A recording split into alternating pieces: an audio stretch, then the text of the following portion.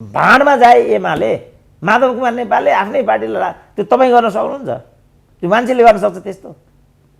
आफ्नै पार्टीलाई चाहिँ हानेर कुनै अर्कोसँग गएर गठबन्धन गर्ने अनि आफ्नै पार्टीलाई तहस नहस पार्ने, त्यो राजनीतिक प्राणीको त कुरै छोडिदिउँ, माधव नेपालको हाइटको नेताको त कुरै छोडिदिउँ, आम मान्छेले पनि गर्न सक्दैन। यसको उत्तर दिनुपर्छ। यिनीहरूले रोएर हुन्छ? घाममा सुकाओस् कि पहाडमा सुकाओस् नि, सुकाएर हुन्छ? अब मेटमणिले यो भनिरहेको छ, आइएम कोटिङ मेटमणि, तर मैले यो कुरा त हिजै भनिरहेँ। हेर, यो भाइसँग मैले भने यसले पूर्णता पाएपछि हेर्नु अनि यिनीहरूको रूप देखिन्छ भनेर। टाढा न्यायाधीशहरूले एउटा राजदूत पाउने चाहिँ त्यहाँ पैसाको खेलोमेलो पनि छ भन्ने चाहिँ मैले सुनेको छु, तर पद पनि तिमीहरूलाई विचार गरौँला भन्ने कुरा चाहिँ त्यो जुन बिचौलियाले यो सब गर्यो त्यो बिचौलियाले चाहिँ उनीहरूलाई वचन दिएको छ। अब लाजै मेरो विचारमा लजाउँछ होला। ओलीको विकल्प छैन भनेपछि नेतृत्वको प्रश्न पनि सेटल भयो त्यहाँ।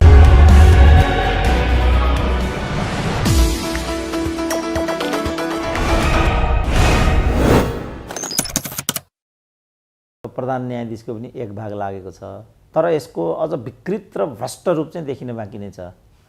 अब यो परमादेश फैसला गर्ने न्यायाधीशहरूका जो बाँकी 4 जना हुन्, तिनीहरूको भागमा चाहिँ एउटा राजदूत पनि परेको भन्ने सुनिएको छ। ती 4 जना राजदूतको नियुक्तिपछि चाहिँ यो परमादेशले पूर्णता पाउँछ र यो पूर्ण नाङ्गिन्छ पनि। नाङ्गो रूप होइन, जस्तो तपाईँहरू जस्तो उमेरको लागि मानिसहरू के टिप्पणी गर्छन् भने युवाहरूलाई सबभन्दा मनपर्ने चिज जुन हो त्यो सुन्दरीहरूले कहिले पनि देखाउँदैनन् अरे, उनीहरूले खालि बिकिनी मात्रै देखाउँछन्। तपाईँलाई त बिकिनीसँग केही मतलब छैन, बिकिनीभित्र के छ भन्ने हो नि त, तर सुन्दरीले त्यो गल्ती कहिले पनि गर्दैनन्। अब यहाँ बिकिनीसम्म चाहिँ देखियो, अब बिकिनीभित्र के छ भनेर हेर्न चाहिँ बाँकी नै छ। त्यो देखिएपछि चाहिँ अनि सुन्दरीको पूर्ण रूप तपाईँहरूको नजरमा घटित भएपछि बल्ल तपाईँहरूलाई निन्द्रा लाग्छ। हाम्रो त्यसको भ्यालु पनि त रहँदैन नि डाक्टर साहब, मतलब सबै सर्वाङ्ग भइसके पछाडि होइन र, त्यहीतिरै गइरहेछ नि त विषय। जस्तो अहिले राजनीति, लोकतन्त्र, यो अग्रगमन प्रतिगमन भन्थे नि त, हामी होइनौँ है, जे अब हुनेवाला छ त्यो चाहिँ प्रतिगमन हो भन्थ्यौँ नि। खगेन्द्र सङ्ग्रौलाले मुख छोड्न थाले नि त, प्रधान न्यायाधीशले राजीनामा दिनुपर्छ अरे। अब किन प्रधान न्यायाधीशले राजीनामा दिने? बनाउने त शेरबहादुर हुन्, शेरबहादुरलाई बनाउने फेरि तिमीहरू हौ, अनि कसरी चोलेन्द्रले राजीनामा दिन्छन् त? उनीहरू पल्टिसके डाक्टर साहब त जङ्ग त्यहीँ हुनुहुन्छ नि। हिजै पनि डे 1 मा पनि यो गलत छ, यो प्रतिगमन होइन, अब हुनेवाला प्रतिगमन हो, परमादेशबाट सरकार बनाउन मिल्दैन, संसद विघटन नै ठिक छ, ताजा मतादेश नै एकमात्र विकल्प भन्ने कुरामा पुस 5 गतेदेखि जेठ 7 गतेसम्म पनि आजसम्म पनि डाक्टर साहब त अडिग हुनुहुन्छ होइन। जतिखेर पर्लक लालुपातेहरू त पल्टिरहेछन् नि अहिले त हेर्नुहोस् त। यिनीहरू त लालुपातेको त अझ सबै रूप देखिएको छैन, किनभने उनीहरू त केपी ओलीलाई यो मकै खाने बाँदरसम्म पनि भन्थे होइन। मकै खाने बाँदरलाई मकै रुङ्न लगाएपछि त्यसले मकै नखाएर के खान्छ र? त्यही अनुसार केपी ओली भनेको मकै खाने बाँदर जस्तै हो, जसरी बाँदरले मकै खान्छ त्यसरी नै केपी ओलीले संविधान खाइराखेका छन् यस्तो भन्थे। त्यति हुँदाहुँदै पनि हाम्रो मत चाहिँ संसद विघटन गर्नु ठिक गलत भन्दा पनि संसद विघटनको विकल्प बन्दैन, यही हो नि त सिनारियो। जस्तो अहिले जसरी सरकार बनिरहेको छ, उपेन्द्र यादवलाई सकस परिसक्यो बिचरा। यो ऊ जस्तै एकजना जयापीड भन्ने काश्मीरका राजा हुन्, तिनी चाहिँ नेपाल हान्न भनेर यहाँ गण्डक क्षेत्रमा, अब त्यो कुन राज्य हो भन्ने त्यति खुल्दैन, तर गण्डक क्षेत्रमा अरमुडी भन्ने एकजना नेपाली राजा थिए। त्यो राज्य हान्न चाहिँ काश्मीरबाट यहाँ आए। आइसकेपछि अरमुडी पनि बलवान थिए, उनले चाहिँ त्यो राजालाई नै क्याप्चर गरिदिन पुगे। अनि पछिबाट मन्त्रीले एउटा के उपाय निकाले, कालीगण्डकीको तीरमा जेल थियो, मन्त्रीसँगै थिए, अनि ती मन्त्री चाहिँ स्वयंलाई मारेर मुडो बनाए, अनि त्यो मुडोमा बसेर राजा चाहिँ तैरेर कालीगण्डकी तरे र सुरक्षित चाहिँ वहाँ पुगे भने चाहिँ। अब यिनीहरूले चाहिँ सम्पूर्ण रूपमा यो अरमुनीको मन्त्री जस्तै तरिकाले उनीहरूले चाहिँ राजालाई जसरी तारे अरमुडीले त्यसरी नै शेरबहादुरलाई परमादेश लगाएर भए पनि यसैलाई प्रधानमन्त्री बनाउनु भनेर भए पनि बनाउनुमा त सफलता पाए, तर त्यसपछिको प्रतिफल के भन्ने कुरामा उनीहरू आज किम कर्तव्य विमूढ भए। अब यो ठिक छ, यही लोकतन्त्र हो भनौँ, यिनीहरू नाङ्गा भए पनि बिकिनीसम्म त लगाइराखेका मान्छेहरू भए। अब बिकिनी लगाएर मेरो इज्जत बचिराखेको छ भनौँ भने अब त्यो मान्छे पत्याउँदैन, किनभने बिकिनी लगाएर जनमानसमा प्रदर्शन हुनु पनि एक प्रकारको नग्नतै हो भन्ने, किनभने हामी बिकिनी कल्चरमा अभ्यस्त भएका छैनौँ नि। मैले चाहिँ युकेको समाज, फ्रान्सको समाज देखेको छु, बिकिनी कल्चर कस्तो हुन्छ भन्ने मलाई थाहा छ। 20 वर्ष अगाडि नै मलाई त्यो थाहा भएको थियो। 20 वर्ष अगाडिको त्यहाँ र 20 वर्ष अगाडिको यहाँको फेसनको बिचमा ठुलो फासला थियो। अब मैले त्यति बेलादेखि भन्न थालेको थिएँ, फेसनको रियल स्वरूप चाहिँ तिमीहरू बिस्तारै देख्दै जान्छौ भनेको थिएँ मैले। अब अहिले त्यो निकै अगाडि बढिसक्यो। सडकमा हामीले चाहिँ त्यस्तो खालको फेसनबाजहरू देख्छौँ यता कता, तर छ्यासछ्यास्ती देख्दैनौँ। अब नेपालको राजनीति पनि ठ्याक्क बिकिनीसम्म लगाउनमा यो उतारु भयो। उसलाई अहिले पनि त्यस्तो लाज लागेको छैन, किनभने बिकिनी भनेको स्वाभाविकै हो भन्ठानेको छ। तर नेपाली समाज चाहिँ बिकिनीलाई पचाउने ठाउँमा पुगिसकेको अवस्था छैन।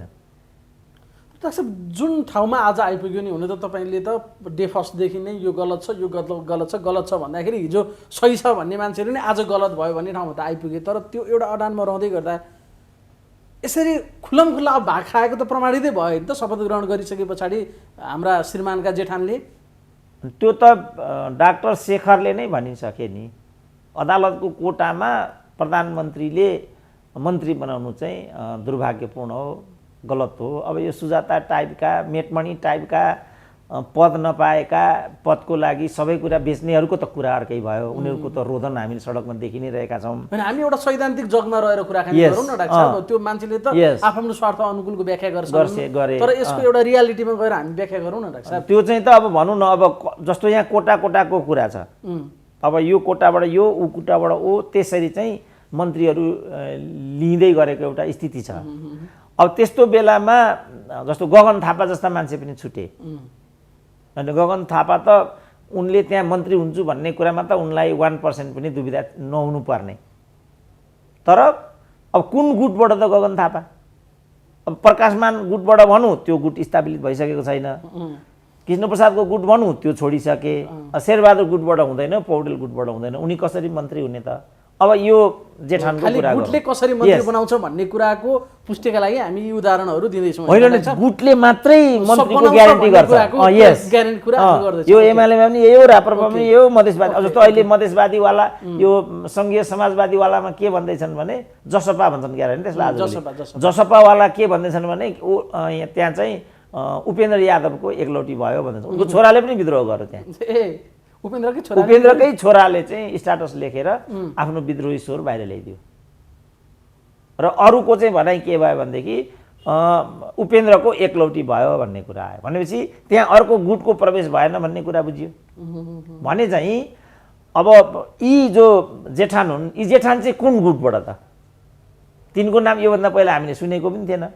खालि उनको एउटा रुन्चे स्वर के सुन्यो भन्दाखेरि म 25 सालदेखिकै काङ्ग्रेस हुँ, म मन्त्री हुनु कत्रो कुरा भएर भन्ने खालको, त्यो पनि एकदम निम्सरो बोलीमा। किनभने अब 25 सालदेखि काङ्ग्रेस हुँदैमा मन्त्री भइन्छ र? गुट बिना त कोही पनि मन्त्री हुँदैन नि त। त्यसो भने उनी कुन गुटका हुन् त? त्यसकारण उनी इन्टायरली चाहिँ चोलेन्द्र शमशेरको कोटाबाट परमादेशको पुरस्कार स्वरूप मन्त्री भएको भन्ने कुरा चाहिँ प्रष्टै छ। अब जतिकै छर्लङ्ग छैन त्यो प्रष्ट छ। अब पनि मान्छेहरू केही तर्क गर्न खोज्छन्, जस्तो हिजै ज्ञानेन्द्र बहादुर कार्कीले भने उहाँ त नेपाली काङ्ग्रेसको कोटाबाट भएको, चोलेन्द्र शमशेरको होइन भन्दैछन्। डाक्टर साहब भन्नुहुन्छ गुट बिना हुँदैन, कुन गुट भन्ने कुरा उनको गुटै छैन। अनि फेरि पनि नेपाली काङ्ग्रेस कोटा भन्ने कसरी, यसलाई ढाकछोप गर्नेहरूको तर्क त असाध्यै कमजोर छ नि डाक्टर साहब यहाँनिर।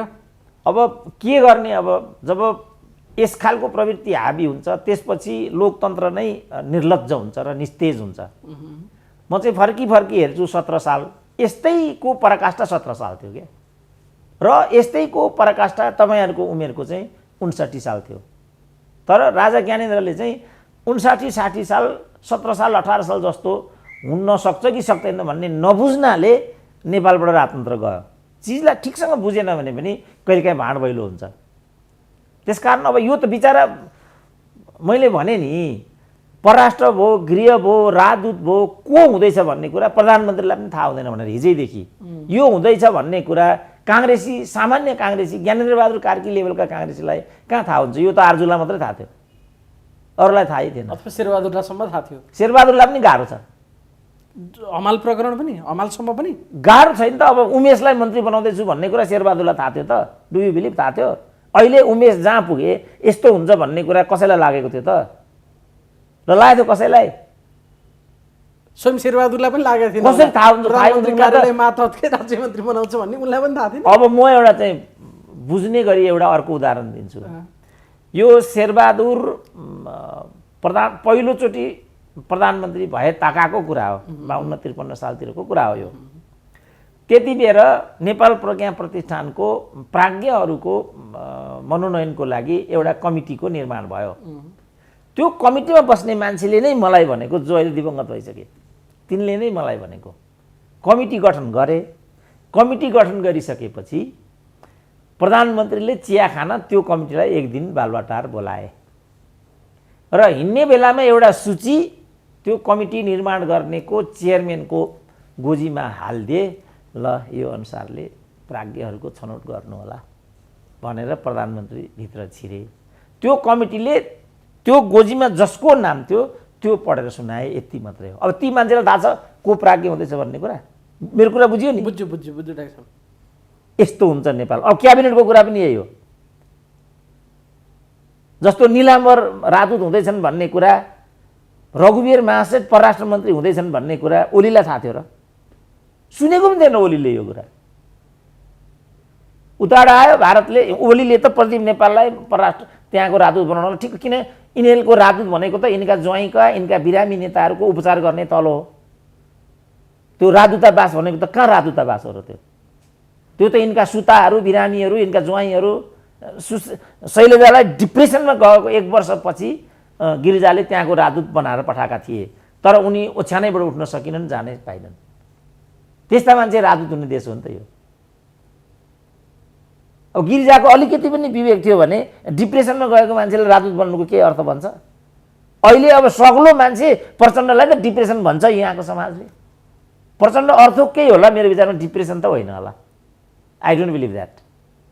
तर सबैले ट्रिटमेन्ट गर्नुपर्छ प्रचण्डको भन्न थाले। त्यस्तो समाज अनि साँच्चै डिप्रेसनमा गएको मान्छेलाई कसरी राजदूत बनाइहाल्ला भनौँ त? त्यसकारण उहाँबाट स्लिप आउँछ फल्लालाई राजदूत बनाउनु पर्ने भन्ने बास यिनीहरूले सदर गरिदिन्छन्। त अहिले यी जेठानको कसरी थाहा हुन्छ शेरबहादुरलाई? मेरो एकजना मान्छे पनि विचार गरिदिनुपर्छ प्रधानमन्त्रीज्यू मात्रै भनेको थियो चोलेन्द्र शमशेरले। तर यस्तो किसिमको विचार गरिदिनुहोस् र यसरी बनाउने मान्छे चाहिँ बिचौलिया मार्फत त्यहाँ पुग्छ र बिचौलियालाई मात्रै थाहा हुन्छ कि त्यहाँ को जाँदैछ, को हुँदैछ भने। किन? अब रकम कलमको कुरा हो कि, नातेदारीको कुरा हो कि, बेविचारको कुरा हो कि, फरेन फ्याक्ट्रीको कुरा हो कि, 4 भन्दा 5 कारणले त नेपालमा कसैको पनि नियुक्ति हुँदैन। जस्तो रघुवीर महासेठकै कुरा गर्दाखेरि एक चरण रघुवीर महासेठ थिए, अर्को चरण उनकी श्रीमती थिए। अब वर्षमान पुनकै कुरा गर्दाखेरि जब उनी थिए, उनी भए, उनी हारे, उनकी श्रीमती चाहिँ स्पिकर भइन्। यहाँको चलन त यस्तो छ। अब जहाँ आउनु पर्नेमा, जस्तो अहिले नै पनि लक्ष्मण घिमिरे नेपाली काङ्ग्रेसका त एकजना भरपर्दा नेता हुन्, विचार पनि दिन सक्छन्। तल महासमिति महाधिवेशन प्रतिनिधि नै हारे, प्रतिनिधि तलै रोकिए भनेपछि उनी हुन्छन् त। किनभने शेरबहादुरले नचाहिकन त्यहाँ कोही निर्वाचित भएर आउँदैन, बा पौडेलले चाहनु पर्यो। किनभने उनी त फेरि काङ्ग्रेसभित्रकै नराम्रो कुराको नि विरोध गरिदिन्छन्। परमादेशबाट सरकार बन्ने कुराको सम्भवतः सबैभन्दा पहिला काङ्ग्रेसबाट विरोध भयो नि उनी एक्लै थिए, पछि अरू पनि थपिए, अरू पनि अब हार्दै होलान्। किन? कोही पनि टाउकै उठाउन पाउँदैन उनीहरूले। कुनैले पनि उनीहरू त्यहाँ टाउको उठाउनु। नेपाली काङ्ग्रेसले गल्ती गर्यो, यसरी परमादेशबाट प्रधानमन्त्री बन्न हुँदैन, नजिर नराम्रो बन्यो भनेर सार्वजनिक रूपमा विरोध गरे, त्यसको पुरस्कार अहिले दियो नेपाली काङ्ग्रेसले, होइन त? अब अहिले यो जेठानको पनि कुरा गरिराखेका छन्। अब जेठानलाई त्यसरी ल्याउनु कुन लोकतन्त्रको अनुकूल हुन्छ त? अब जसको सदस्यता पनि छैन प्रतिनिधि सभामा, जो समानुपातिक पनि होइन, यस्तो प्रवृत्तिलाई 52, 55, 53 सालतिर यो एमाले भन्ने यस्तै गर्थ्यो। त्यो गर्ने यिनै माधव नेपाल हुन्। र त्यति बेला सूर्यबहादुरले के व्यङ्ग्य हानेका थिए भने मन्त्री परिषद भनेको कुनै एउटा प्रोजेक्ट होइन। प्रोजेक्ट कस्तो हुन्छ भाइले थाहा छ? भन्नु न डाक्टर साहब। एउटा सीमित अवधि, यस, एउटा सीमित अवधिको लागि उद्देश्य प्राप्तिको लागि मात्र को लागि प्रोजेक्ट हुन्छ। अब 6 महिनाको लागि जानी क्याबिनेटमा मन्त्री बनाउने भन्ने भन्दा ठुलो प्रतिगमन केपी ओलीले त खाली मध्यावधि नै गरेको, त्यो त संविधानको प्रतिकूल हो, त्यो कुरा मैले माने। तर प्रधानमन्त्रीले मध्यावधि गर्न पाउने कुरा त धेरै हदसम्म डेमोक्रेटिक हुन्छ। किन? डेमोक्रेसीमा प्रधानमन्त्रीले गरेको कर्म कुकर्मको परीक्षण गर्ने भनेको जनतै हो। केपी ओलीलाई अर्को प्रकारले लास्टको दण्ड दिए पनि मलाई केही भन्नु छैन। किन? उनले 2टा गल्ती त्यहाँ गरेका छन्, मैले भनेकै छु। एउटा उनले संविधानको उल्लङ्घन गरेका छन्, अर्को उनले अदालतको अवज्ञा गरेका छन्। मानहानिमा हालिदिनु नि, कहिले राजनीति गर्न नपाउने गराइदिनु नि, हामीलाई केही पनि भन्नु थिएन। तर केपी ओली प्रतिगामी चाहिँ थिएनन्। प्रतिगमन भनेको के हो त्यो चाहिँ अब तिमीले देख्छौ भनेको थिएँ मैले। त्यसमा एउटा महत्त्वपूर्ण प्रतिगमन यो हो, उमेशलाई बनाउनु सुरु भयो। त्यहाँ अध्यादेश 40लाई 20मा ल्याउनु र 20लाई फेरि 40मा लैजानु, पुरानो भन्दा नि खतरनाक प्रतिगमन हो यो। अब त्यसपछि यो जेठानको कुरा आयो। अब मैले भने 4 न्यायाधीशहरूले एउटा राजदूत पाउने चाहिँ त्यहाँ पैसाको खेलोमेलो पनि छ भन्ने चाहिँ मैले सुनेको छु। तर पद पनि तिमीहरूलाई विचार गरौँला भन्ने कुरा चाहिँ त्यो जुन बिचौलियाले यो सब गर्यो, त्यो बिचौलियाले चाहिँ उनीहरूलाई वचन दिएको छ भन्ने मैले सुनेको छु। अब हेरौँ के हुन्छ। अब डाक्टर साहब, त्यही त यो जेठान प्रकरण ठ्याक्कै श्रीमानकै कोटाबाट हो भन्नलाई डाक्टर साहबले धेरै प्रश्न पारिसक्नु भयो। अझै यसको प्रश्नताको लागि एक त उनी कुनै गुटबाट परेनन् होइन डाक्टर साहब, मान्छेले बुझ्दाखेरि कुनै गुटबाट परेनन् र म चाहिँ 25 सालदेखिको काङ्ग्रेस, यस्तो काङ्ग्रेस उस्तो काङ्ग्रेस भन्ने जे तर्क अहिले गरिरहेछ त्यो पनि एउटा मामुली जिल्ला स्तरीय कार्यकर्ता र त्यसमा पनि संसद सदस्य नभएको व्यक्ति। यति धेरै आकाङ्क्षीहरू थिए नि त नेपाली काङ्ग्रेसभित्रै पनि मन्त्री, ती सबै मान्छेलाई पन्छाएर ल्याउनु पर्ने आधारहरू पनि जस्टिफाई गर्न सक्ने छ डाक्टर साहब कि कसरी बुझ्ने? यसलाई अझै डाक्टर साहबले प्रश्न पारिदिनु होइन। मैले हेर्दाखेरि त अब 4टा कारणबाट मात्रै नेपालमा पद पाइन्छ होइन, नाता, पैसा, व्यभिचार, फरेन फ्याक्टर। यो 4वटा भन्दा 5वटा कारणले कसरी पनि पाउँदैन। त्यसमा यिनी जेठान परे भन्ने बित्तिकै कुरा सिद्धिहाल्यो होइन। नाता 1 नम्बर नै आकर्षित भयो। अब जहाँसम्म यो प्रकरणको कुरा पुरानो काङ्ग्रेस पनि त्यस कारणले काङ्ग्रेस कोटाबाट बनायो भनेर सामान्य यसो तर्क दिनेहरूको लागि त्यो कमजोर तर्क छ, आफैमा त्यस्तो गहिराई धरातल यो तर्कको छैन, तिनीहरूलाई चाहिँ कसरी यो होइन भनेर हामी कसरी भन्न सक्छौँ? त्यो अब यो भने नि गगनै थापाले पाएनन्, गगन थापाले नपाउनु पर्ने त एउटा पनि कारण छैन नि। किन पनि एउटा पनि कारण छैन भने केपी ओलीलाई सबभन्दा बढी हाउसमा ताउरमाउर गर्ने त यिनै थिए नि त। त्यसपछि गगन थापामा एउटा सम्भावना पनि मान्छेले देखेका छन्। काठमाडौँका निर्वाचित युवा नेता पनि हुन्। कुनै पनि हिसाबले गगन थापा नपर्नुपर्ने त केही पनि कारण छैन। तर जुन किसिमको तौर तरिका र पद्धति पार्टीहरूले अपनाएका छन्, कुनै पनि हिसाबले उनी त्यहाँ पर्दैनन्। जस्तो यो कुरा चाहिँ एमालेमा पनि छ, यो कुरा चाहिँ माओवादीमा पनि। जस्तो माओवादीलाई अहिले चाहिँ लखेट्दै नारायण काजीलाई पल्लै छेउ पुर्याइदियो नि त प्रचण्डले। किनभने त्यहाँबाट पनि एउटा पर्ने भई सनातन जस्तै थियो। तर नारायण काजीले चाहिँ के गरेका थियो भने कि आफू कि गिरिराजमणि, कि आफू कि गिरिराजमणि यो गर्थे। अब अहिले प्रचण्डले क्रमभङ्ग गरेर उता अमिक शेरचनलाई प्रदेश प्रमुख बनाइदिए, यता शशि श्रेष्ठलाई मन्त्री बनाइदिए। अब क्रुद्ध भएका छन् नि त नारायण काजी। क्रुद्ध हुनुपर्ने त कुनै पनि कारण छैन। किन? आफैमा शशि श्रेष्ठ अनुपयुक्त पनि छैनन्। अर्को कुरा, या नारायण या गिरिराजमणि मात्रै बनाउनु पर्छ भन्ने कुरा पनि आफैमा प्रजातान्त्रिक छैन। तर नेपालका राजनीतिक दलहरूको अभ्यास के छ भने त्यो गुट एउटा संरचनाले चाहिँ त्यहाँ एउटा पद्धति जस्तो निर्माण गरिसकेको छ। जस्तो अहिले चाहिँ सुजाताको कुरा आयो। वास्तवमा सुजातालाई बनाउनु पर्ने स्थिति थियो नि त्यहाँ, किनभने योग्यता भएको कारणले होइन। जे त्यसपछि हरकत गरिन् सुजाताले, त्यो त पौडेल समूहको लागि पनि अपेक्षित थियो नि त। त्यस कारणले नि त्यहाँ बनाउनु पर्ने थियो होइन डाक्टर साहब? त्यस्तो थियो नि त। त्यस कारणले यसरी चाहिँ गुटगत एउटा जुन संरचना हो त्यसले चाहिँ त्यहाँ वैधता पाइसकेको स्थिति छ। त्यो वैध होइन तर वैधता पाइसकेको स्थिति छ। त्यो बेलामा पनि कसरी यी जेठान त्यहाँ भयो होला भन्ने कुरा त स्वतः आकर्षित प्रश्न हो। त्यस्तो बेलामा के भनियो त भने यो तरिकाले चाहिँ चोलेन शमशेरले गर्दैछन् र सेटिङमा यो परमादेश भएको छ, निश्चित छ चोलेन्द्रको कोटाबाट एकजना हुन्छन् र यिनै व्यक्ति हुन्छन् भनेको छ उनले। यी जेठान हुन्। हिजो पनि किन केपी ओलीलाई घात गरे त चोलेन्द्रले भन्दा यो मानेका थिएनन् केपी ओलीले भन्ने छ। उनले चाहिँ त्यति बेर दुईटाको कुरा गरेको थियो भने एउटा सम्धिलाई अमेरिकाको राजदूत, जेठानलाई नेपालको मन्त्री। अब केपी ओलीले बिचारा संवैधानिक परिषदमा साना फुचे न्यायाधीशहरू हुन्छ नि पुनरावेदन यस्तोमा खात्रा खुत्रुक चाहिँ जस्तो यो जुन न्याय परिषद छ त्यो न्याय परिषदमा त्यस्तै एकजना संदिग्ध मान्छेलाई चाहिँ मेरा पनि मित्र थिए दिवंगत भइसके बिचारा यिनीहरू ल्याउँदाखेरि म छाँगड खसेको थिएँ कसरी ल्यायो होला यिनलाई भनेर। अब भरे त चोलेन्द्रको कोटामा रहेछ, न्याय परिषदमा आफ्नो कोटाको मान्छे लैजाने अनि न्याय परिषदले नै न्यायाधीशको चाहिँ छनौट गर्ने हुन्छ, त्यहाँ मार्फत कुटु कुटु भाग खाने चाहिँ चोलेन्द्र शमशेरको नीति रहेछ। यी सबै कुराको परिप्रेक्ष्यमा मान्छेले जे आकलन गरेका हुन् ठ्याक्कै त्यो कुरा यहाँ भइराखेको छ। यसलाई बढाई चढाई थप घट किन्तु परन्तु त्यसको कुनै पनि काम छैन। त्यही त अब हामी के स्पष्ट भयौँ भने श्रीमानको कोटाबाट जेठान हमाल चाहिँ मन्त्री बनेको हो भन्ने कुरामा अब हामी क्लियर भयौँ। त्यसमा कुनै दुई मत त्यसमा डिबेटै गर्नु पर्दैन। त्यसो भए अब यसको लहरो त परमादेशसम्म जानु पर्ला नि। 28 गतिको फैसला जे आयो यस्तै गर्नको लागि पहिल्यै सेटिङ भएर फैसला आएको रहेछ भन्न सक्ने भयो। त्यसो भए होइन, हामीलाई त केही भ्रमै छैन। मैले भनिहालेँ परमादेश अप्राकृतिक छ, अस्वाभाविक छ, संवैधानिक मर्मधर्मको विपरीत छ। त्यसकारणले पनि केपी ओलीको कदम चाहिँ प्रतिगामी होइन कि यो चाहिँ केपी ओलीको चाहिँ स्वेच्छाचारी मात्रै हो। केपी ओलीको यो चाहिँ प्रतिगामी हो र यसले प्रतिगमनतिर विषयलाई लैजान्छ। त्यति मात्रै हुँदैन, यसले प्रकारान्तरले गएर भन्नुपऱ्यो केपी ओलीको पुनरावृत्ति हुन्छ र यो हिसाबले यिनीहरूले केपी ओलीको मतयारी गरेको अहिले उनीहरूले हामीलाई भनिरहेको छ नि त्यो काम। योबाट चाहिँ केपी ओली जति यिनीहरूले यस्तो हरकत गर्दै जान्छन् यसको नैतिक सहानुभूति चाहिँ केपी ओलीतिर बढ्दै जान्छ। जस्तो मान्छेलाई मन्त्री बनायो नि त अब यिनै मान्छेलाई मन्त्री बनाउँछन् भन्ने कुरो त प्रश्न थियो। किनभने किसान शीर्षसँग 4 जना छन्, अर्को प्रेम आलेसँग 4 जना छन्, यसरी नै उनीहरूसँग एउटा एउटा पकेट छ। यस्तो पकेट लिँदै मन्त्री हत्याउँदै गर्ने विगत कालदेखि नै विजय गच्छेदारको पनि यही हो, कमल थापाको पनि यही हो, शरद सिंह भण्डारीहरूको पनि यही हो।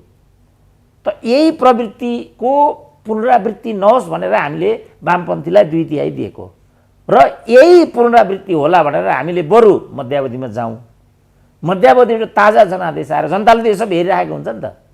जनताले त्यो अनुसार प्रतिनिधि पठाउँछ।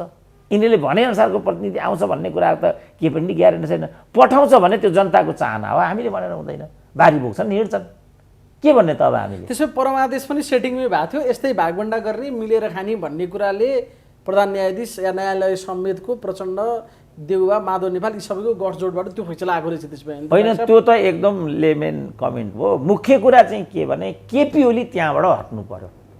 भाँडमा जाए जोसुकै होस् चाहे त्यस पछाडि जस्तो 88 दिन लाग्यो नि त एउटा 25 जना फिस्टालाई मन्त्री बनाउन 88 दिन लाग्छ। किन लाग्यो त त्यो भनेपछि उनीहरूसँग चाहिँ केपी ओली हटाउने मार्गचित्र चाहिँ थियो, त्यसपछि के भन्ने मार्गचित्र त थिएन नि त।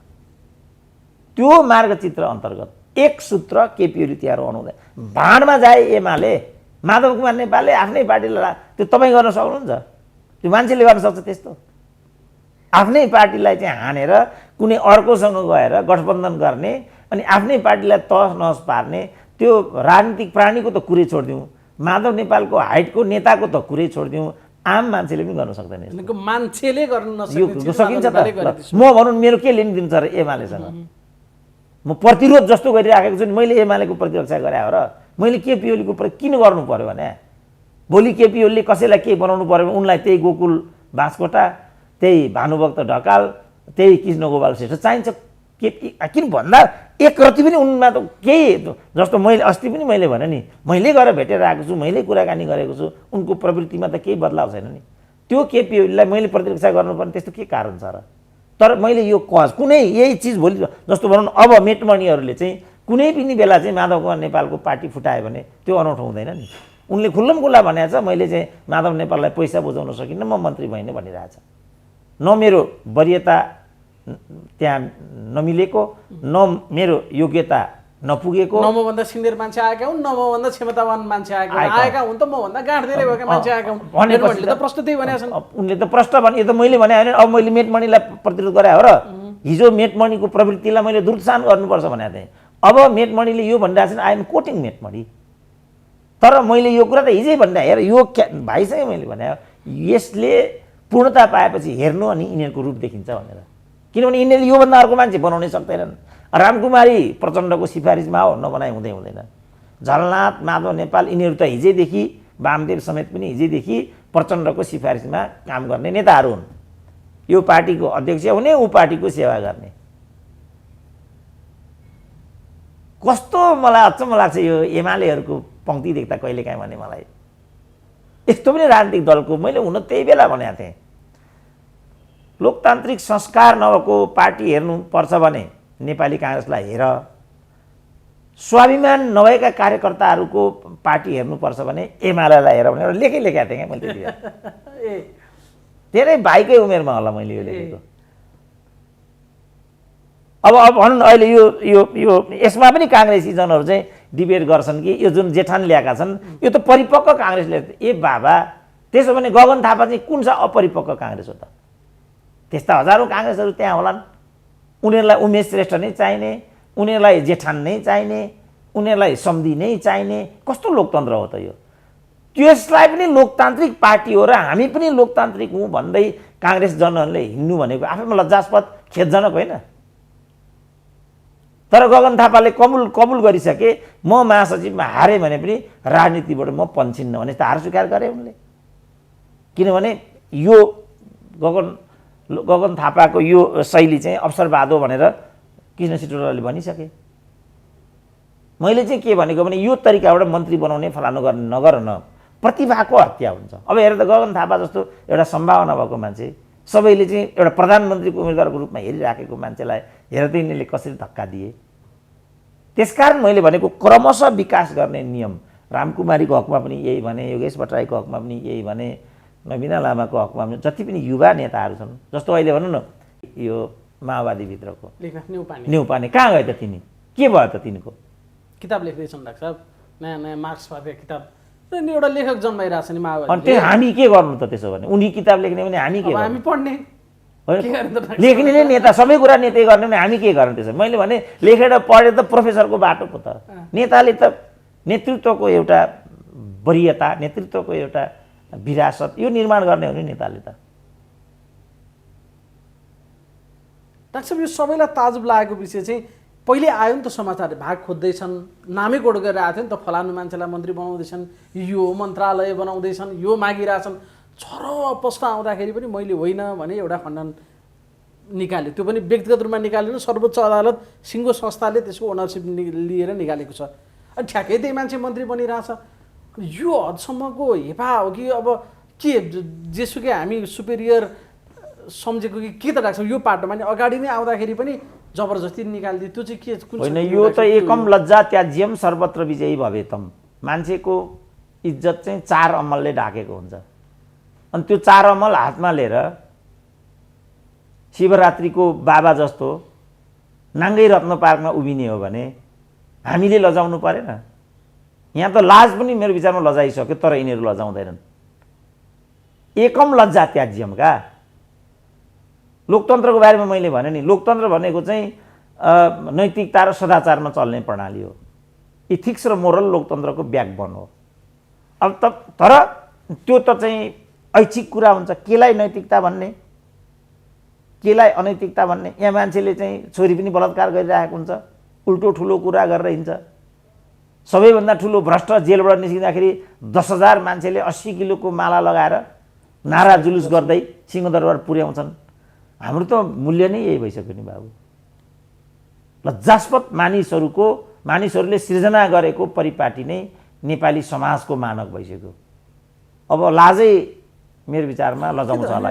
प्रधान न्यायाधीश भने त व्यक्ति होइन नि, त्यो त एउटा अर्गनाइजेसन हो, सबैको आस्थाको पुञ्ज हो। अनि त्यहाँ बसेका मान्छेले यो खालका हरकत गर्दा त अब कुनै पनि हुन त पहिल्यै पनि विवादित छ न्यायपालिका। यद्यपि यसरी नाङ्गो रूपमा आइसके पछाडि त अब हुने सबै फैसलामा कसले के भाग खाएर गऱ्यो होला, या त न्याय होइन नि बार्गेनिङ अड्डा जस्तो हुने भएन डाक्टर साहब त्यतातिर चाहिँ चिन्ता हो नि विशेष गरी होइन अब प्रधान न्यायाधीश भन्दा पनि माथि होइन र पूर्व प्रधानमन्त्री भनेको माधव कुमार नेपाल आफ्नै पार्टीलाई सूर्य चिन्हबाट निर्वाचित भएर आएर यो गर्नुलाई चाहिँ कुन परिपाटीको राजनीति भन्छौँ त्यसो भने हामी त्यो पार्टीका लागि चासो होला या त प्रधान न्यायाधीशको हरकतले त आम सबै जनताले चासो राख्नुपर्ने या त्यसले प्रभाव पार्नुपर्ने विषय भयो नि यसै त न्यायपालिकाप्रति विभिन्न आशंका उठिरहेछ त्यहाँमाथि यो कुराले त अब भाग दिन नसक्नेले त केही पनि नपाउने भयो नि डाक्टर साहब त्यो त कसले पाउँछ त मेटमणिले नि भनिसक्यो नि मैले पैसा बुझाउन सकिनँ भइन भनि नि सक्यो त उसले नै भाग दिन नसक्ने को हुन्छ त कि लगेर आफूलाई सुम्पिनु पर्यो कि लगेर ब्रिफकेस बुझाउनु पर्यो कि इन्डियन एम्बेसीमा गएर रोक्नु पर्यो राजदूतलाई अनि तेस्रो कारणले मलाई यो भएको छ भनिदिउँ त ल तेस्रो कारणले को भएको त नेपालमा अहिलेसम्म यो भएको भनिदिउँ त्यसैमा डिबेट गरौँ हुन्छ त कोही त्यसरी तुइनको घटना भएकै छैन भनेको छ दार्चुलाको सांसदले उनलाई नै छानेर मन्त्री बनाइदिए तुइनको घटना भएको छैन त डाक्टर साहबले त्यही बेला भन्नुभएको थियो यिनी मन्त्री बन्न सक्छन् है भनेर पक्का छ त त्यो कुरा त्यसकारण यो चिज कस्तो भाइहरू जस्तो उमेरको युवाहरूले चाहिँ यसमा चाहिँ लेखाजोखा गर्नु पर्यो यो परिपाटी कस्तो यसले हामीलाई कहाँ पुर्याउँछ दार्चुलाका दुईटा सांसदका दुईटा कुरा थियो त्यही दिन एउटा भएको हो भन्छ एउटा भएको होइन भन्छ डोल्पाको कुरा डाक्टर साहब आफै पुगेर आइहाल्नु हुम्लाको कुरा डाक्टर साहब आफै पुगेर आइहाल्नु गावि जो नामका गाविस हो अध्यक्ष एउटा कुरा भन्छ उपाध्यक्ष अर्को कुरा भन्छ दुईटा पार्टीका छन् दुईटा कुरा भन्छन् अनि यो देशको सार्वभौमिकता यो देशको सिमाना यो देशको भाषा यो देशको धर्ममा पनि हामी लडाइँ गर्नु अब र ती त सबैलाई चाहिन्छन् होला नि त तर हामी यसमा पनि डिबेट गरिराखेका छौँ यसको केही पनि दबाई छैन नि कतिपय कुरामा हामी विवादित हुनुहुन्न कतिपय कुरामा जस्तो अन्तर्राष्ट्रिय सम्बन्ध देशको सार्वभौमिकता सामाजिक सद्भाव यी कतिपय कुरा अन्तर्गत पर्छन् यो कुरामा हामीले चाहिँ यही कतिपयको थ्योरी अन्तर्गत बजेटको समय निर्दिष्ट गरियो 25 जनाको क्याबिनेट निर्दिष्ट गरियो 40%लाई निर्दिष्ट गरियो मध्यावधि गर्न नपाइने निर्दिष्ट गरियो संविधानमै निर्दिष्ट गरियो यी चाहिँ कतिपय हुन् यो चाहिँ संविधानमै निर्दिष्ट गरिरहनु नपर्ने विषय किन हामी महँगो संरचना धान्न सक्दैनौँ अब अहिले संघीयताको चाहिँ साह्रै माया गर्छन् यिनीहरू के कारणले संघीयता अलोकप्रिय भएको छ भन्ने कुरा त्यो माया भन्दा पनि गतिलो होइन त्यसकारण संघीयताले सिंहदरबार गाउँ गाउँमा नपुग्ने मन्त्रीहरू मात्रै गाउँ गाउँमा पुग्ने मोलमोलाइ हुने जस्तो स्थानीय तहका जो मन्त्रीहरू हुन् सांसदहरू हुन् तिनीहरूको तलब सुविधामा मात्रै वार्षिक 1,60 करोड जाँदो रहेछ 1,60 करोड त चोखो तलब मात्रै त्यो तलब भत्ता मात्रै त्यो भ्रष्टाचार त्यसमा इन्क्लुड छ त्यहाँ छोडिदिनु भ्रष्टाचार कुरै नगरौँ न 1,60 करोड तलब भत्तामा मात्रै जानु फजुल खर्च भएन यो यही चिजलाई अस्पतालमा यही चिजलाई स्कुलमा यही चिजलाई युनिभर्सिटीमा रूपान्तरण गरिदिन पाए अनि हामी कहाँबाट कहाँ पुग्थ्यौँ त अब अहिले मन्त्री मात्रै नेपाल मैले भनिरहेको छु नेपालको राजनीति भनेको मिनिस्टर प्रोडक्सन इन्डस्ट्री हो it's like a factory producing the ministers अनि मिनिस्टरसँगै सालनालमा सहायकहरू आउने भए सहरी साधनहरू आउने भए प्रादेशिक योजना आयोग आउने भयो मलाई एउटा प्रदेशको योजना आयोगको उपाध्यक्ष भेट्न आयो यत्रो भारी लिएर आयो हजुर भेट्न आएको डाक्टर साहब भनेर अनि पहिला त मेरो श्रीमतीले बहाना गरेर कोभिड सर हुनुहुन्न यहाँ त्यहाँ भनेर तलबाट डाँडा कटाइदिन आँटेकी थिइन् म त्यो सुनिरहेको थिएँ माथिबाट अनि भरे चाहिँ म्याडम यहाँ सरलाई सानो एउटा उपहार पनि ल्याइदिएको थिएँ भनेपछि श्रीमतीको पनि मन पग्ल्यो केटो भित्र आयो आउँदा त जुन यो योजना आयोगले चाहिँ पञ्चवर्षीय योजना 14औं योजना भनेर जो किताबहरू यत्रो किताब छापेको हुन्छ त्यो भाइले देखाएको छ कि छैन कुनै एकदम आकर्षक किताबहरू हुन्छन् त्यस्तै किताब लोकल योजना आयोगले पनि छाप्दो रहेछ त्यस्तै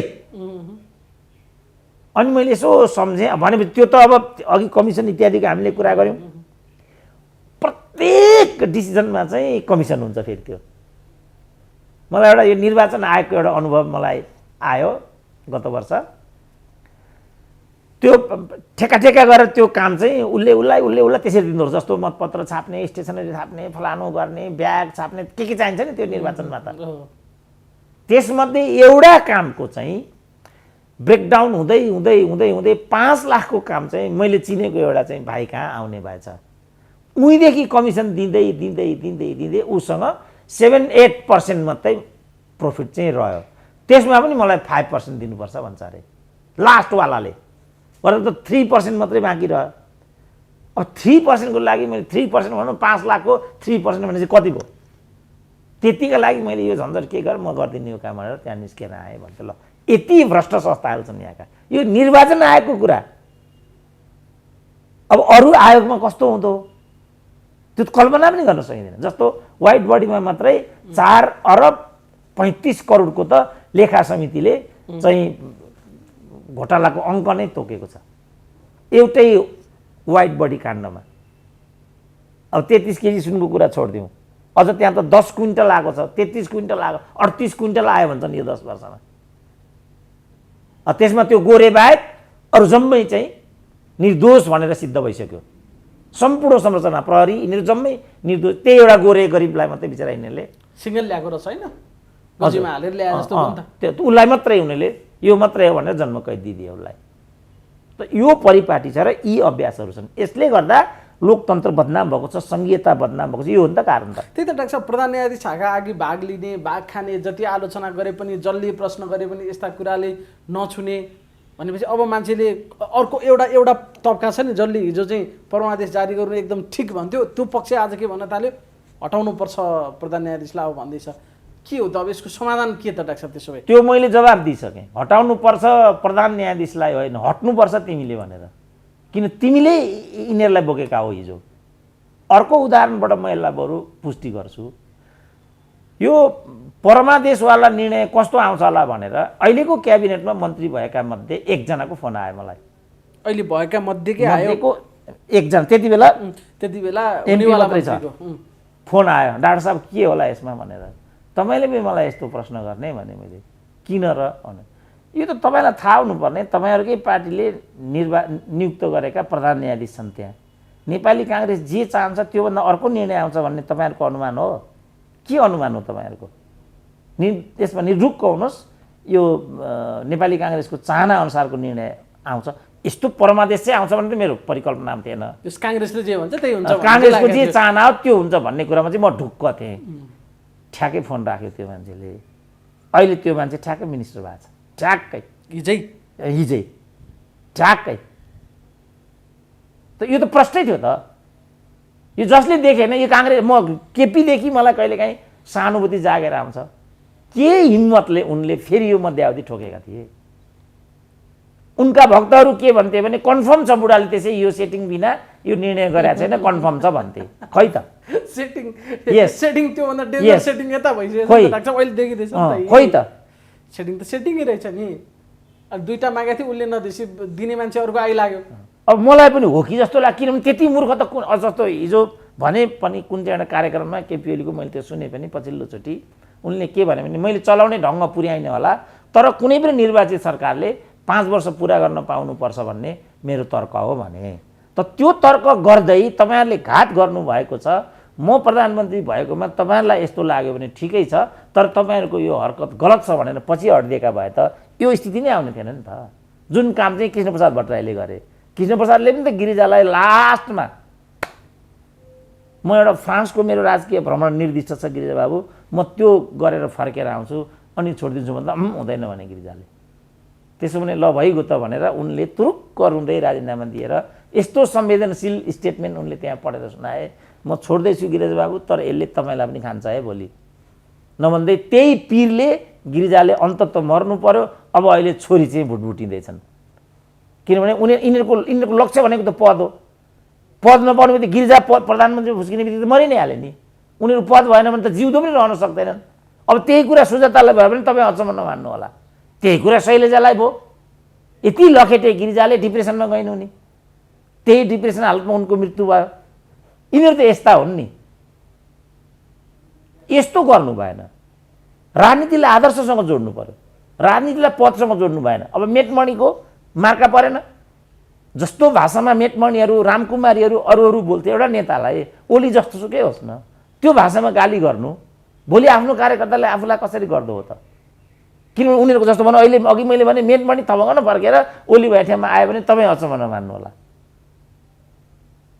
अनि के भन्नु त त्यहाँ मेट जे पनि हुँदो रहेछ होइन भइराखेको छ त बिहानै भनिसक्यो हिजै पुगेछन् रुँदै ल मेटमणि ल अनि अब यी भन्दा माथिल्ला कोटिका हुन् यी 10 जना त ल यी 10 जना कसरी फर्केर गयो त त्यहाँ म मन्त्री नबनेकोमा मेरा मतदाता रोए मेरो पनि मन भावुक भएको छ पैसा थिएन गडबडी गर्न जानिन पो भन्दैछन् त मिडियाबाट अहिले मेटमणि धमाधम त भनेपछि भोलि फर्केर मैले गल्ती गरेछु पार्टी फुटाउनु मेरो यस्तो भने अचम्म हुन्छ त के त्यो त 54 सालतिर यिनै रामकुमारी झाँक्रीहरू सबैभन्दा धेरै अहिले केपी ओलीलाई गाली गरे भन्दा चर्को त माधव नेपाललाई गर्थ्यो नि त्यतिखेर डाक्टर साहब अब वामदेवतिर लागेर त भनेपछि त राष्ट्रघाती माकुने यहाँ ऊ भन्ने त अहिले होला त रेकर्ड खोज्यो भने अनि त यो शैली ठिक होइन भन्ने मात्रै हाम्रो कुरा हो रामकुमारी झाँक्री राम्रो प्रतिभा हुन् त्यो भोलिसम्म त्यो प्रतिभालाई राष्ट्रले चाहिँ प्रयोग गर्न पाउनुपर्छ यही कुरा शङ्करको हो यही कुरा गगन थापाको हो यही कुरा अरू युवा नेताहरू त उनीहरूले के त्यसरी हेरेका छन् त नेतृत्वलाई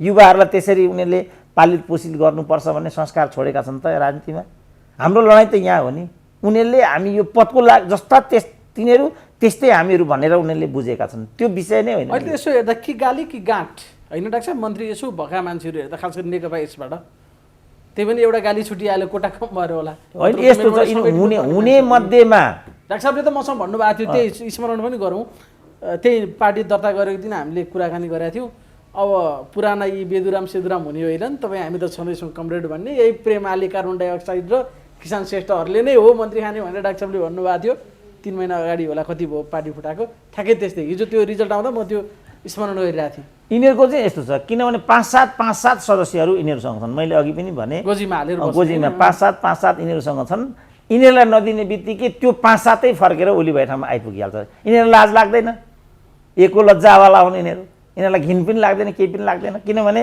शिक्षा पनि त अनौठो रहेछ नि त प्रेम आलेको त जम्मै एसएलसी रहेछ नि त बिचरा अब कसरी चलाउने यसलाई त पर्यटन मन्त्रालय त पढेर अनि भाषण बोली चिप्ले अगाडि अनि लेखेर ल्याएछन् त भनेपछि एउटा मान्छे जागिर पाउने भनिरहेको छ भाषण लेख्ने अब ल हेर त अब मुख्य कुरा के हुन्छ त नेवानीको के हुन्छ कसरी डिल गर्छन् त यिनले चाहिँ अन्तर्राष्ट्रिय लेभलमा यो त टुरिज्म भनेको त इन्टरनेसनल एउटा सेक्टरसँग रिलेटेड मन्त्रालय हो हिजै थर्काइसके त प्लेनलाई घाममा सुकाएर राख्ने उडाउनु पर्यो पैसा कमाउनु पर्यो भन्दै थिए कसरी उडाउने त त्यो शेर्पा इन्जिनियर जस्तो बुद्ध एयर उडाए जस्तो उडाइदिने कि कसरी उडाउने त त्यस्तो हुन्छ नि जबरजस्ती उडायो भने त त्यसरी उडाउने कि एउटा विधिबाट उडाउने कसरी उडाउने हो त्यस कारणले यो मनोगत कुरा होइन निजी कुरा होइन उनीहरूको मात्रै कुरा होइन हाम्रो भाग्य र भविष्य जोडिएको कुरा हो नेवानी भनेको उनीहरूको मात्रै हो त्यसरी उनीहरूले सोच्नाले आज नेवानीहरू पञ्चायतको अन्तिममा त त्योसँग त 28 वटा जहाज थिए आज त्यो जिरोमा आयो कि आएन भएका थोत्रा जहाज पनि ग्राउन्डेड भयो कि भएनन् त्यसको क्षतिपूर्ति कसले गर्छ त त्यसो भने त्यसको उत्तर दिनुपर्छ यिनीहरूले रोएर हुन्छ घाममा सुकाओस् कि पहाडमा सुकाओस् नि सुकाएर हुन्छ संवेदनशीलता आजको महत्त्वपूर्ण प्रश्न त्यही त डाक्टर माधव नेपाललाई राम्रो नराम्रो जेसुकै सही जीवनभर साथ दिएर हिँडेका मान्छेहरू त अहिले पनि परेनन् नि त हिजो केपी ओली क्याबिनेटमा झन्डा हल्लाउने प्रेमाले अहिलेको मन्त्री हिजो कति विश्वासिलो भने सांसद अपहरण गर्न गएको किसान श्रेष्ठ यताको पनि त्योभन्दा विश्वासिलो अहिले मेटमणि नै सही माधव नेपालसँग एउटा लामो समयदेखि लागेका त थिए नि जे जसरी भए पनि उनीहरू त रुन पर्यो नि त डाक्टर साहब आज हाँस्ने त प्रेमाले र किसान श्रेष्ठहरू नै भए यो चिजलाई चाहिँ के भने होइन त्यही त मैले भनिहालेँ त्यहाँ हुनको लागि चाहिँ जस्तो विजय गच्छेदार लामो अवधिसम्म होल्ड गरेर बसे नि किन 16-17 जना थारूहरू उनीसँग हुन्थे त्यही फोर्सले र उनी त्यो कुरा गर्थे अनि शेरबहादुरहरू लाचार हुन्थे होइन भने म अन्त भन्थे अब अन्त भन्ने बित्तिकै फेरि शेरबहादुरलाई त प्रधानमन्त्री नभइकन भएन यो चोटि हेर्नु न पहिलोचोटि मलाई लाग्छ नेपालको इतिहासमा प्रधानमन्त्री मन्त्रालय भिन्छ पहिलोचोटि फर द फर्स्ट टाइम प्रधानमन्त्रीसँग कुन मन्त्रालय छ अहिले भनौँ त प्रधानमन्त्री सिंहै यस्तो कहिले पनि हुँदैन मनमोहन जस्तो लाचार प्रधानमन्त्रीलाई पनि दरबार फाँट्दिएका थिए माधव कुमार नेपालले अन्यथा रक्षा यस्तो जहिल्यै प्रधानमन्त्रीसँग हुन्थ्यो त शेरबहादुर आफू प्रधानमन्त्री हुनु पर्यो सम्पूर्ण त्याग गर्न तत्पर हुने प्रधानमन्त्री भएको हुनाले उमेश श्रेष्ठको विषय पनि वस्तु बन्दैन भनेको थिएँ मैले हिजो नभन्दै किन उमेशले पनि फेरि किनेर त्यो लिएको पद हो, नाङ्गा बाबा हुन् नि यिनीहरू त। हिसाब फच्चे भएको थिएन होला, महँगै थियो होला। उनी निर्लज्ज भएर चाहिँ प्रधानमन्त्री कार्यालयमा फर्केर आइपुगे। प्रधानमन्त्रीज्यूले दिनुभएको जिम्मेवारी सहर्ष स्वीकार गर्छु भनेको छ नि त। अब जहाँ यस्तो किसिमको कुनै पनि एउटा मर्यादा, पदीय मर्यादा, कुनै पनि किसिमको चाहिँ संवेदनशीलता, जवाबदेहिता हुँदैन, त्यो वास्तविक प्रतिगमन हो भन्ने मेरो तर्क, हिजैदेखिको तर्क मेरो त्यहाँ हो। अब यो भर्खर सुरु भयो होइन, डाक्टर साहबले अगाडि भन्नुभयो यो त एउटा प्रकट मात्र भयो, अब यसको साइड इफेक्ट पार्टीहरूमा पनि होला नि त। भात खान नपाएकाहरू आजसम्म त चुपचाप बसेछन्। उहाँ एउटा आधी घन्टामा नाम काटिएछ प्रमोद शाह भन्ने, जसोभा धेरै त्यस्तै होला। अब यी मेटमणिहरूले के गर्ने होलान्। फेरि डाक्टर साहबले भन्नुभयो श्रीमान 1 को त भयो, श्रीमान 4 को भाग बाँकी नै छ। यो अब बिस्तारै देखिँदै जान्छ नि त डाक्टर साहब। होइन, अब यसलाई उनीहरूले विकृत र भ्रष्टीकरण गराउँछन् यिनीहरूले। अब के गराउँछन् भने जस्तो भनौँ मानिलिउँ 6 महिना पछाडि क्याबिनेट रिसफल गर्छन् र यी नभएकाहरूलाई फेरि त्यहाँ जुटाउने यो हरकत पनि उनीहरूले गर्न सक्छन्। जस्तो 6 महिनामा यो जेठान त गइहाल्छन्, एउटा पद त खाली भइगयो नि त, तिमीलाई 6 महिनापछि म ल्याउँछु मेटमणिलाई भनिदिए भने एउटा मैले सम्भावनाको कुरा देखाइदिएको। यो कस्तो हो मात्रै मैले भनेको, हरेक मान्छेलाई पदसँग चाहिँ मोलतोल गर्ने हो भने यो प्रतिगमन हो कि अग्रगमन हो मैले भनेको। तर मेरो अझ चासो चाहिँ के छ भने जति यिनीहरू यो हरकत गर्दै जान्छन्, बढाउँदै जान्छन्, त्यति केपी ओलीलाई फाइदा हुँदै जान्छ। अनि यिनीहरू चाहिँ वास्तविक केपी ओलीका मतियार हुन्, हामी होइनौँ भनेको मैले। यसले अल्टिमेटली केपी ओलीलाई नै फाइदा हुँदै जान्छ। अरू केही यही भन्नु भने के हुन्छ त अहिले? यो त यो 1-2 महिनामै देखिसक्यो नि। अहिले भनौँ न, जस्तो अब केपी ओली अब छाती फुलाएर भाषण गर्ने ठाउँमा पुगिराखेको हामी देखिरहेका छौँ कि छैनौँ त? केपी ओली त वास्तवमा हाउसमै गएर केपी ओली कसरी हाउसमा आउँछन् होला भन्थे यिनीहरू। कसरी आयो त त्यहाँ पहिल्यै दिन, कसरी हावा खेलाइदिए त? त यसको फाइदा हो रहेछ है भन्नेतिर जनमानस जाने भयो र जनमानसले आखिरी स्थायित्व त जनमानसलाई पनि चाहिएको छ। त्यो अन्तर्गत चाहिँ हामीले 2/3 दिएको हो वामपन्थीलाई। त उनीहरूले चाहिँ यो घात गरेपछि अब केपी ओलीले के भन्ने मौका पायो भने स्थिरताको लागि जुन जनमत तपाईँहरूले दिनुभएको थियो, माधव नेपालको घातले गर्दाखेरि मैले त्यसलाई पूर्णतामा पुर्याउन सकिनँ। त्यसकारण एकपल्ट म अहिले त एमालेवालाले पनि अलमोस्ट के निर्णय फेरि गरिसके भनेदेखि ओलीको विकल्प छैन भनेपछि नेतृत्वको प्रश्न पनि सेटल भयो त्यहाँ। अब अरू काहीँ नेतृत्वको प्रश्न सेटल छैन। अनि यसको फाइदा कसलाई हुन्छ त भनेको मैले। त जनताले के गर्छन् त्यो म भन्न सक्दिनँ, तर मेरो काम सिनारियो देखाइदिने हो, म त्यो देख्छु। केपीलाई बाहेक अरूलाई यसबाट फाइदै हुँदैन। अनि केपीको मतियारी हामीले गऱ्यौँ कि यिनीहरूले गरे त? त्यो तर्क मैले उभ्याइदिएँ। नाङ्गोपनको पनि डाक्टर साहब मान्छेले यो उत्कर्ष हो भन्छन्, डाक्टर साहब सुरुवात हो भन्दै हुनुहुन्छ। अब त्यो त देखिरहेको छ, देखिँदै जाने कुरा छँदैछ होइन डाक्टर साहब? अब भनौँ न, अब उनीहरूले चाहिँ अब भनौँ न, अब कस्तो यिनीहरूले गरे यिनीहरूले शासन भनेदेखि अब जस्तो केपी ओलीले 8 जना राजदूतको नियुक्ति पठाएका थिए। अब बाटैबाट यिनीहरूले मिसफायर गरिदिए, अरू 22 जना राजदूत पनि फिर्ता बोलाए। अब कस्तो पद्धति बस्छ त यसले गर्दा? मानिलिउँ भोलि केपी ओली फर्केर आए अनि उनले त ड्याम हाल्न थाल्ने भयो नि त, हान्न थाल्ने भयो नि त टाउकामा। हान्न नपाउने भन्ने कुनै आधार यिनीहरूले छोडे त अब आएर? जहाँसम्म मेरो कुरा छ, मैले त हिजोदेखि यो गलत हुन्छ भनेको थिएँ। केपी ओलीले चाहिँ 6 महिना बाँकी रहँदा लीलामणिलाई फिर्ता बोलाए, गलत छ। अर्को दाल भन्ने अस्ट्रेलियामा थिए, 1 वर्ष मात्रै भएको थियो, गलत छ। अरू जे जति मानिसहरूको नियुक्ति इत्यादि गरेका छन्, गलत छ। मैले त हिजोदेखि अहिले पनि म हिजो पनि गलत छ भनेको, अहिले पनि गलत छ भन्छु। त यसले कस्तो पद्धति छोड्छ त? मेरो चासो चाहिँ यहाँ हो। राष्ट्रिय रूपमा, अन्तर्राष्ट्रिय रूपमा र संवैधानिक रूपमा यसले कस्तो सन्देश छोड्छ त? मेरो चाहिँ यो मात्रै चासोको विषय हो। यसले गलत नजिर छोड्छ। यी दलिलहरूको जस्तो अहिले नागरिक समाजहरू अहिले मौनता, उनीहरू यही चिज अहिले केपीले गरेको भए यिनीहरू कस्तो जुलुस निकाल्थे होला त? अब रोएर खगेन्द्र सौरालले यत्रो आवाज निकाले राजीनामा दिनुपर्छ प्रधान न्यायाधीशले। प्रधान न्यायाधीश पनि राजीनामा दिने जात हो? जागिरे पनि पदबाट राजीनामा दिन्छ कहिले? राजीनामा त राजनीतिले पो दिन्छ त, किन त्यहाँ जवाबदेहिता हुन्छ? महाभियोग लगाउँ भने महागठबन्धन छ अगाडि, त्यो चान्सेस छैन। कर्मचारीले पनि कहिले जवाबदेहिता लिन्छ र भने उसले त कि अख्तियार लाग्छ, हतकडी लाग्छ, उसलाई जेलमा जान्छ, कि 5 तला माथिबाट हाम फाल्छ। योभन्दा अरू त गर्दैन नि उसले।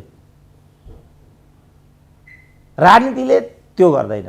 सभ्य मुलुकमा चाहिँ राजनीति पनि गर्छ, जस्तो दक्षिण कोरिया भयो, जापान भयो, ती मुलुकमा कसैलाई यो आरोप लाग्यो भने ऊ जिउँदो बस्दैन, भरे नै आत्महत्या गरिहाल्छ।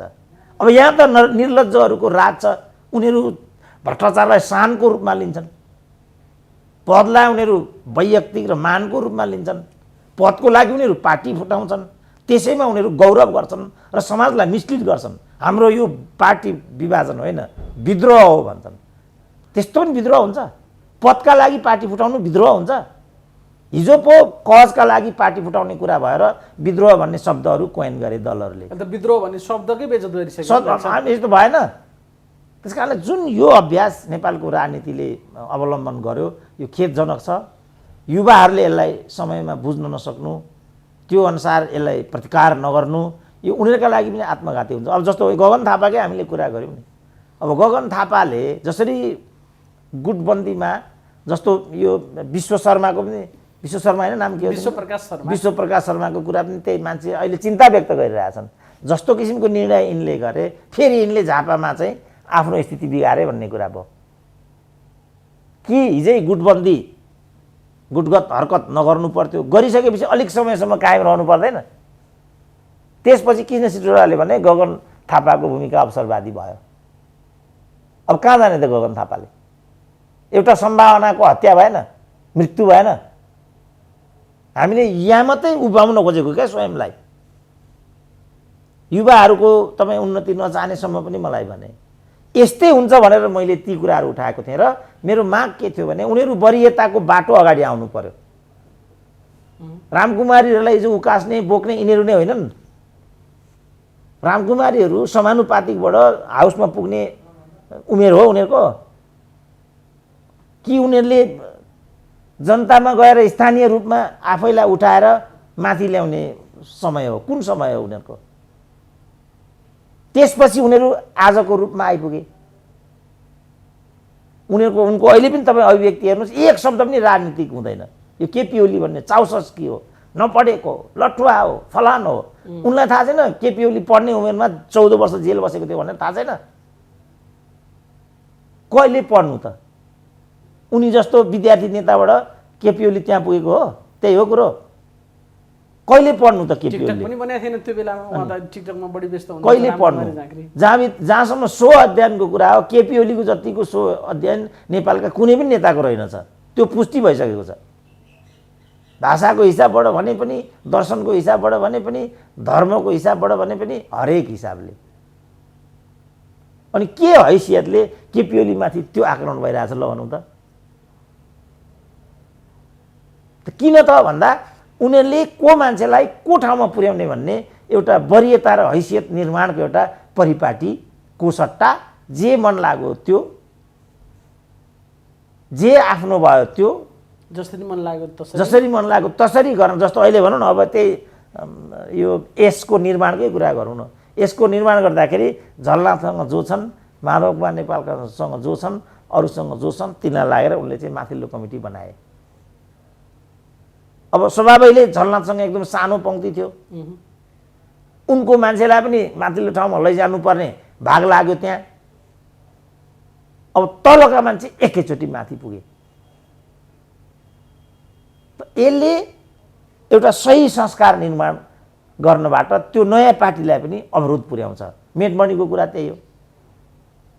त्यहाँभित्र चाहिँ एउटा वरियता निर्माण गरेर, है साथी यस्तो छ, जस्तो विरोध खतीबाट त 4 चोटि निर्वाचित भएर आएका रहेछन् त्यहाँबाट, कहिल्यै पनि मौका दिएनन्। त्यो मौका नदिएको त माधव कुमार नेपालले नै हो नि, किनभने एमालेको सबैभन्दा बढी नेतृत्व त माधव कुमार नेपालले नै गरेको छ नि त। किन नदिएको त हिजो मौका विरोधलाई? यहाँ कुरा गर्दाखेरि माधव नेपाल गुटको भएर ओलीले दिएन भन्छन् फेरि। अनि को मिल्यो त यहाँ कुरा? मन्त्री त कोटाबाट हुन्छ, गुटबाट हुन्छ भने डाक्टर साहबले पनि सक्नु भएको छ। फेरि केपी ओलीले हो कि माधव नेपालले हो आजसम्म मौका नदिए विरोध खतीवटाले? डाक्टर साहब त्यही अब त्यो गुटगत हिसाबले उनको पोजिसन क्लियर छैन, तर एमालेको लामो नेतृत्व त माधव नेपालले गरेका छन् नि। केपी ओलीको माधव नेपाल गुटमै छन् उनी सदाबहार। किन नदिएको त्यसो नि? हिजो 4 टर्म भने 30 वर्ष उनी चाहिँ त्यहाँ ढाक्रे भएर बसेका छन् हाउसभित्र।